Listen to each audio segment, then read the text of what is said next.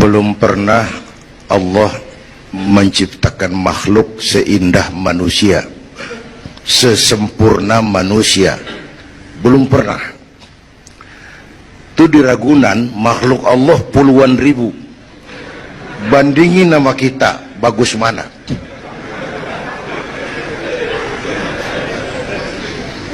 Ada makhluk Tuhan tuh yang disebut malaikat, diciptakan dari cahaya, immaterial, dan karena itu tidak perlu material. Malaikat diberikan akal tapi tidak diberikan nafsu. Kalau malaikat selalu benar, nggak istimewa. Kalau malaikat nggak pernah salah, wajar. Nggak ada yang bikin mereka salah. Material nggak perlu, seksual nggak perlu, maduit budek, sama perempuan kagak open. Malaikat. Sebaliknya ada makhluk Allah yang namanya binatang, diberikan otak tapi tidak diberikan akal. Mereka hanya diberi nafsu. Sapi kalau dia melihat rumput, nggak usah nanya ini rumput halal apa haram, nggak usah. Ayam jago kalau sudah datang syahwatnya, nggak usah nengok ini banyak orang apa enggak, nggak usah. Dan itu wajar binatang. Nah yang ketiga kita manusia, makhluk paling kompleks, diberi akal, diberi nafsu. Tiap hari sejak bangun tidur sampai tidur kembali terjadi pergolakan perjuangan antara bisikan akal dan nafsu. Kadang akal menang, kita naik jadi malaikat, cuman potongannya manusia. Kadang nafsu menang, kita turun lebih kayak binatang, bahkan lebih rendah daripada binatang, lebih buas daripada binatang. Buas-buasnya sapi, makanannya cuma rumput. Manusia kalau sudah buas itu aspal, kabel telepon, minumnya solar.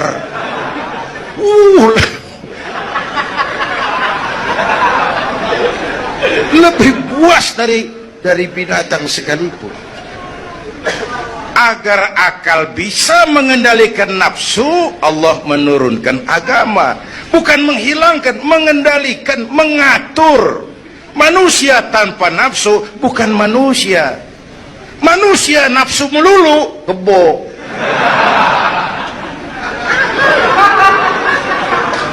Islam nih, agama nih nggak ngilangin nafsu, ngatur supaya sesuatu pada tempatnya. Jangankan hidup berkehidupan, pakai kopiah saja mesti ada caranya tuh. Ya, ada cara ceramah ya gini, dagang miringin dikit, main gaple begini.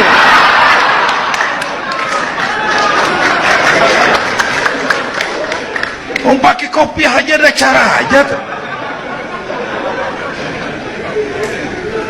Mengendalikan nafsu itu, ditempatkan pada tempatnya, bukan menghilangkan nafsu. Laki-laki perlu perempuan, perempuan perlu laki-laki, itu nafsu. Islam ngatur lewat pintu yang disebut nikah. Maka dalam Islam jangankan orang biasa, kiainya boleh kawin. Benar, saya kalau kiai nggak boleh kawin, saya pilih mundur. Berat, rontok rambut.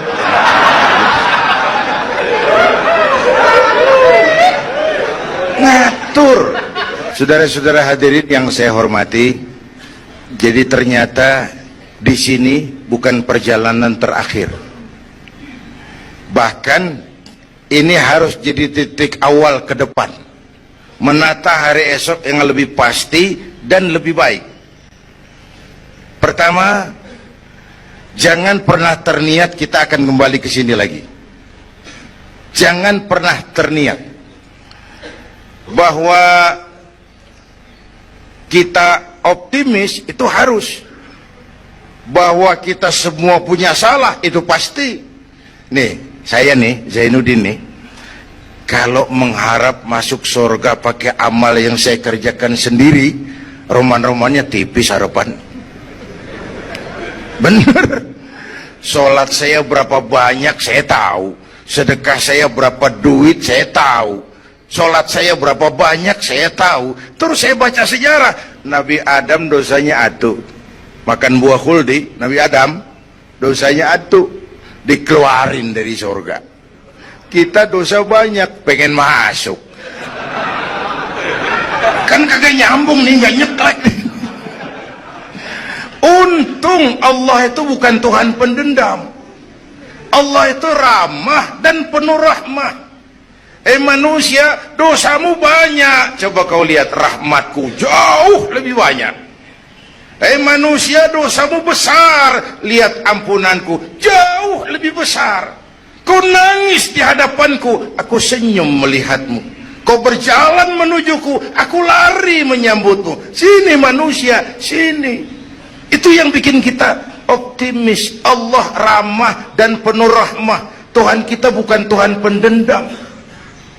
Jangankan kita nih yang ada dalam Duratan Riyadhus Shalihin itu kan riwayat lama. Ada mbahnya bajingan, tengik lagi. Ini pernah membunuh 99 manusia, 99 orang dibunuh. Bayangin, satu hari datang hidayah, ada keinginan taubat kembali, berangkat dia cari ustadz mau menyatakan taubat. Yang ditemuin ustadz belum tapi matang, masih mengkel. Assalamualaikum ustadz. Salam. Kenapa ustadz? Saya mau nanya, apa? Saya mau taubat, bisa nggak sih? Emang dosa ente apa? Saya pernah bunuh 99 orang ustaz. Oh, ente kelewatan amat. 99 mau gedean itu, susah taubatnya, susah. Enak aja 99 dibunuh, kurang ajar ente. Oh, niat namanya bajingan digituin, naik darahnya. Sialan nih ustaz nih. Orang mau taubat kok ngomongnya nggak enak. Gue pikir daripada 99 dengan gue lempengin nih. Akhlakul karimah itu kriterianya itu langsung dari Allah. Jadi bukan manusia yang menentukan sesuatu itu baik, benar, salah. Itu hak prerogatif Allah. Nah, akhlak ini lebih lengkap, lebih sempurna daripada daripada adat misalnya. Anak muda yang lewat di depan orang tua membungkukkan badan, itu dianggap sudah cukup beradat, tapi belum tentu berakhlak.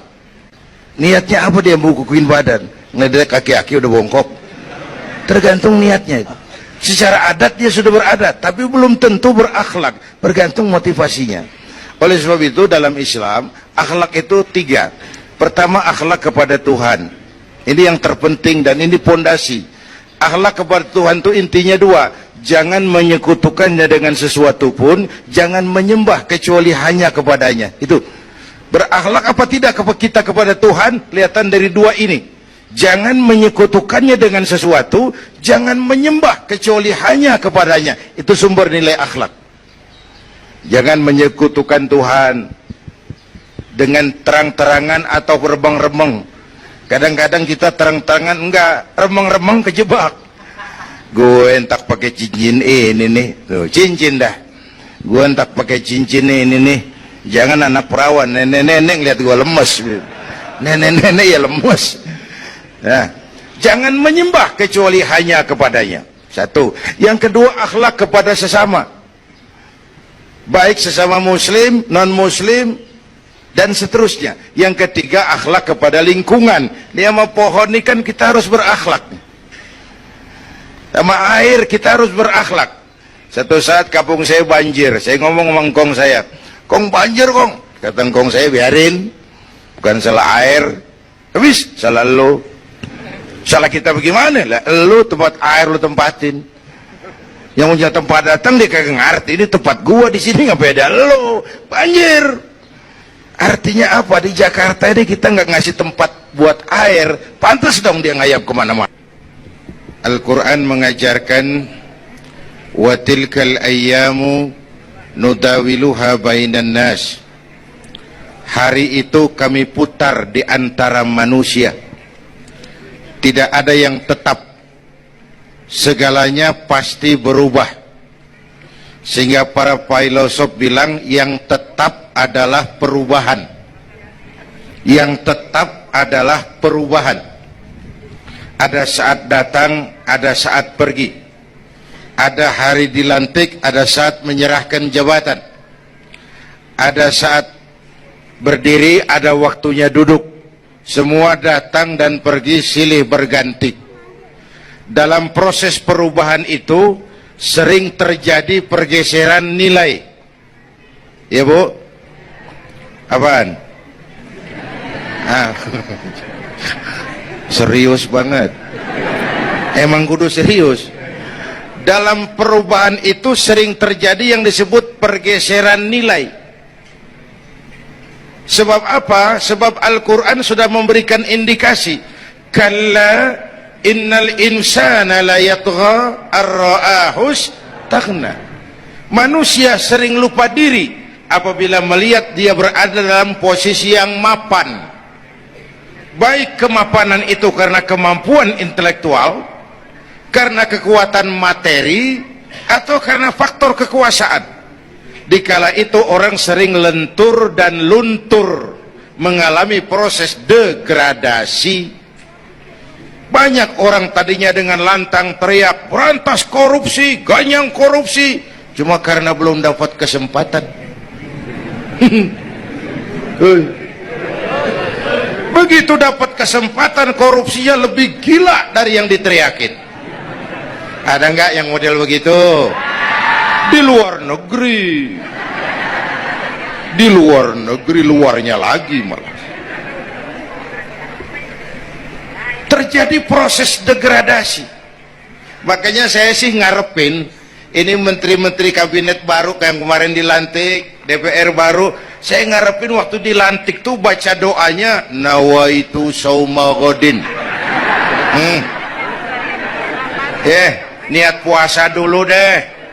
Ini negara lagi kurang tapi bagus, ekonomi masih gonjang ganjing, rakyat masih Senin Kemis. Nawaitu sauma ghadin dulu deh. Nunda dulu, nunda tempe boleh abis maghrib.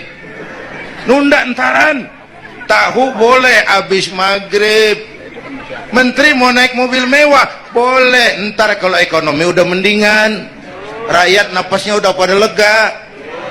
Nawaitu saum, ini malah dilantik malah Allahumma lakasumtu. Doa buka puasa yang dibaca habis rakus semua jadi.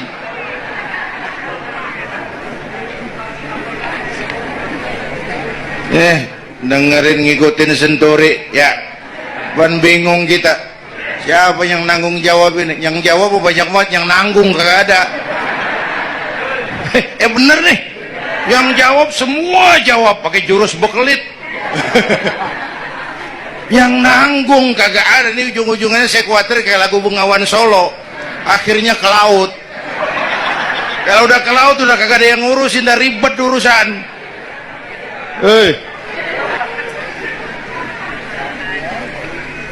Kita ini sekarang banyak yang merasa pinter tapi tidak pinter merasa. Akibat era informasi kita banyak tahu tapi nggak tahu banyak. Coba dong, siapa aja ngomong apa aja diomongin, begitu dia dalemin gue juga katanya.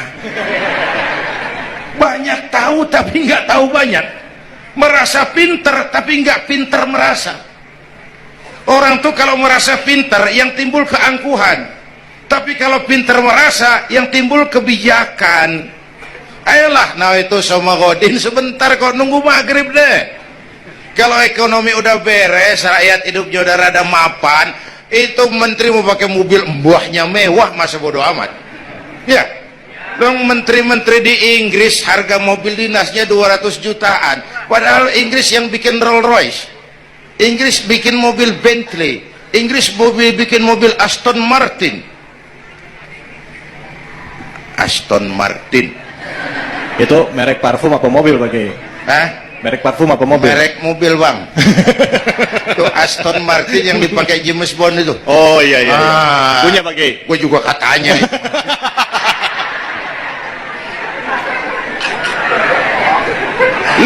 mobil menterinya harga 200 jutaan. Menteri-menteri Malaysia pakai mobil Proton Saga, produknya sendiri. Kita 1,3 miliar.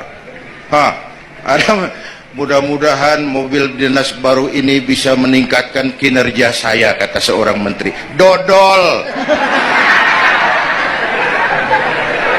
Apa hubungannya mobil mewah sama kinerja? Apa hubungannya mobil mewah sama kinerja? Kalau memang mental bajai, biar naik Mercy juga selandang-selandang nggak karu-karuan. Mental. Dan ini saya mau bicara, kita perlu stabilitas temperatur batin atas terjadinya perubahan yang membawa pergeseran nilai. Kita harus kayak ikan di laut. Ibu tahu ikan di laut? Tahu? Itu katanya ikan di laut udah Kristen semua. Sebab yang paling gedenya paus.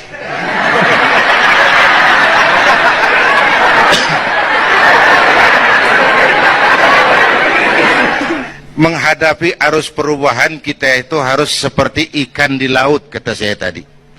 Ikan di laut biar 3 tahun berendam di air asin, nggak ikut jadi asin tuh ya.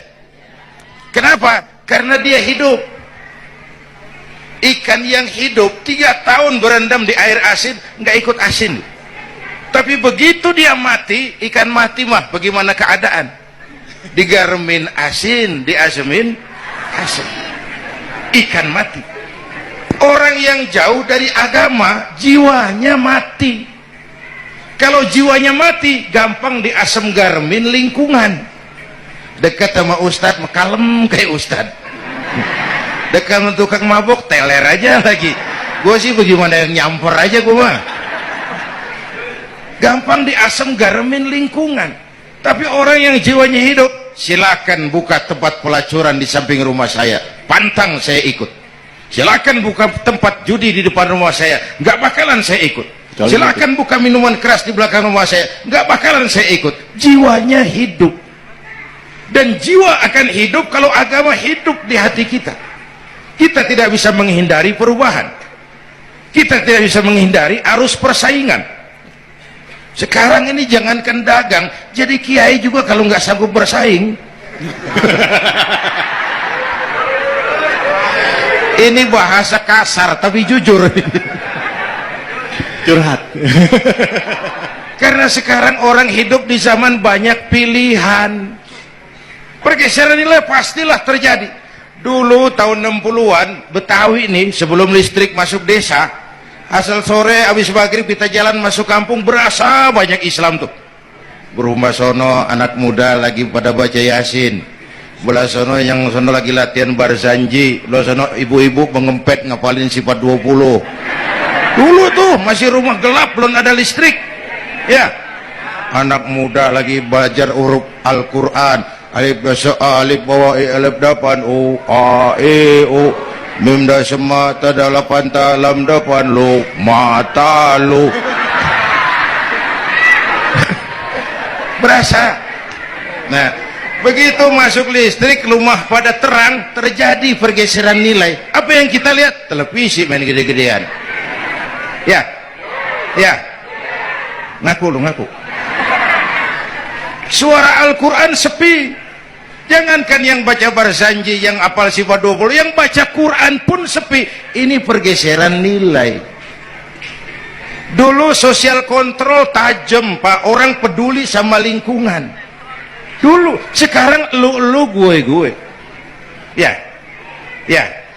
Dulu kalau ada anak gadis hamil di luar nikah, aib, malu selebar kampung. Sekarang makanan hari-hari. Benar-benar nih.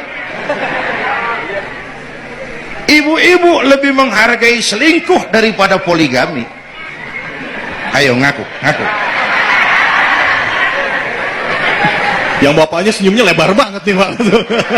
Yang bapak. Terjadi pergeseran nilai. Nah, kita ingin pergeseran nilai itu yang positif, bukan yang negatif.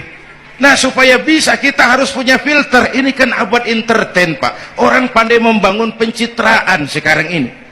Karena rakyat kita, umat kita ini kan sekarang kayak daun kering, Pak. Gampang dikumpulin, susah diikat. Berisik, gampang dibakar.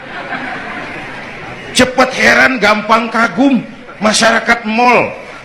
Nih ibu-ibu nih, coba asal ada mall baru, rame-rame aja berangkat. Belah sono buka, rame-rame dia ke sono. Kagak belanja. Numpang heran doang. Ke sono heran, kemari kagum. Ini dimanfaatkan oleh ahli entertain, pandai membungkus, membangun opini, membangun pencitraan. Maka kita harus punya filter menghadapi arus perubahan, harus punya stabilitas temperatur batin. Apa konsepsi dasarnya? Agama, Bu. Kekuasaan kalau jatuh ke tangan orang beriman, aman. Ilmu kalau jatuh ke tangan orang beriman, manfaat.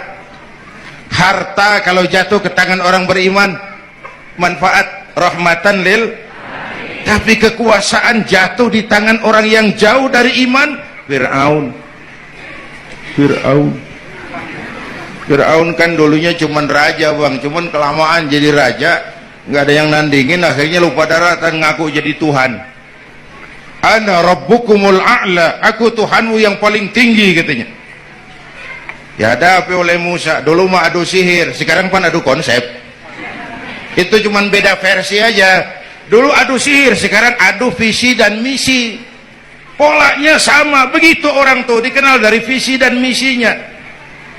Akhirnya Fir'aun mengangkat diri jadi Tuhan, ditenggelamkan di Laut Merah. Begitu udah cengap-cengap napas sampai tenggorokan, baru amantu bi Rabbi Musa wa Harun. Aduh, kalau begini saya juga percaya sama Tuhannya Musa. Udah mau mati, walaikal maut, gemes banget, dikedukin lumpur, dijugulin, mampus loh. Kemarin kemana udah gini hari baru beriman. Kekayaan kalau jatuh di tangan orang yang jauh dari iman, yang muncul korun, lupa diri, lupa daratan, masuk dalam kategori kalla innal insana la yatgha ar-ra'ahus taghna. Maka dalam pada itu kita bersyukur Majelis Ulama memberikan fatwa yang berkenaan dengan perubahan-perubahan yang terjadi di tengah-tengah kita, supaya kita ini punya pagar, supaya kita punya benteng ada yang kita pegang. Dan yang memberikan fatwa juga Majelis Ulama, bukan seorang tuh, majelis, lalu terdiri dari berbagai macam proses pertimbangan. Enggak sembari ngelamun di bawah pohon jambu tuh nyusun fatwa tuh. Saya perlu sampaikan ini sebab orang kan harus hati-hati. Memang ada hadis, barang siapa yang berijtihad lalu ijtihadnya benar, dapat 2 pahala. Kalau ijtihadnya salah, dia dapat 1 pahala. Manijtahada, man di sini bukan lil itlaq, bukan siapa saja. Barang siapa lalu siapa saja, nggak beres urusan. Barang siapa yang memenuhi persyaratan untuk berijtihad, lalu dia berijtihad, itu yang kalau salah dapat 2, kalau salah dapat 1, kalau benar dapat 2. Jadi manijtama'a fihi syurutul ijtihad, bukan man lil itlaq, lalu siapa saja boleh berijtihad, lalu lahir fatwa yang aneh-aneh. Tetapi sungguh pun demikian, fatwa Majelis Ulama itu tidak bersifat mengikat. Ini yang bijaksananya. Tuh, dalam Al-Quran, Pak, Bu, balik lagi ke ceramah nih. Dalam Al-Quran Allah itu maha bijaksana. Kapan? Coba. Kalau surga disediakan untuk orang yang tidak punya dosa, sepi surga. Ya, nih, ayo jujur nih, ada nggak yang kagak punya dosa di sini? Nggak ada. Untung Allah bilang apa?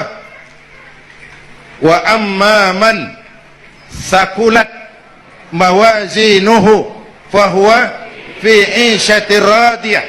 Orang yang timbangan kebaikannya lebih berat dari timbangan kesalahannya. Bukan nggak punya salah. Orang yang timbangan kebajikannya lebih berat dari dosanya. Bukan nggak punya dosa. Ya.